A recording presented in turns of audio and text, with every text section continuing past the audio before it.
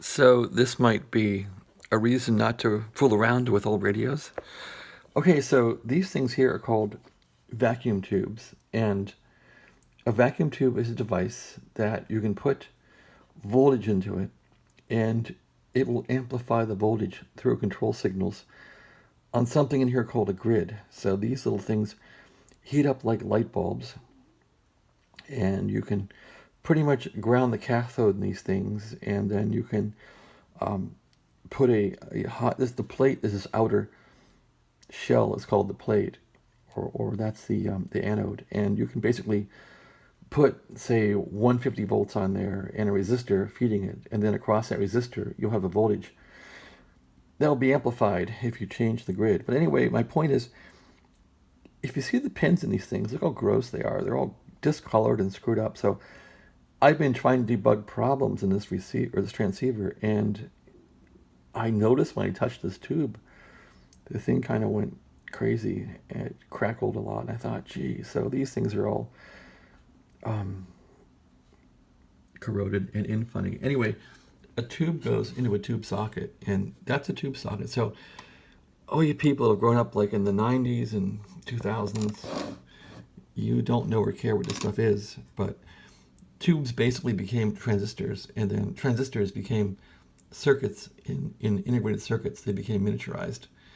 And then it became possible to photographically create an integrated circuit with transistors and then different types of transistors, and that's what your integrated circuits are of today. So each little transistor or switching circuit in an IC chip used to be one of these back in the 1950s. So these tubes are from the 1960s, and they're miniaturized. They're smaller than the usual larger vacuum tubes that were present back in the 1930s and 40s. So anyway, and I also noticed that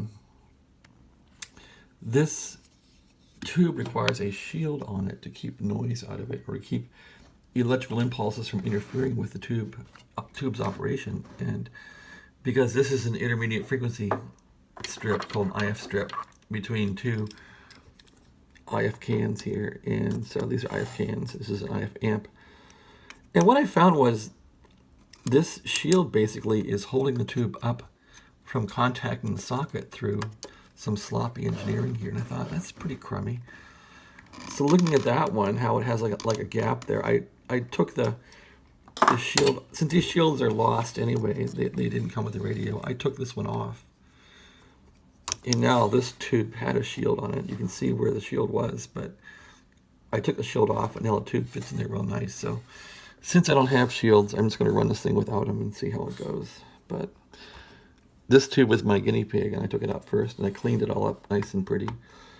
So I took a screwdriver and cleaned up the contacts. You can see how they're scraped.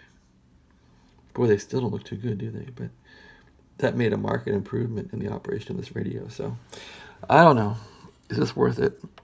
Life is only so long, and maybe I shouldn't be messing around with this thing, right? Okay, well, thanks for watching, and have a great day.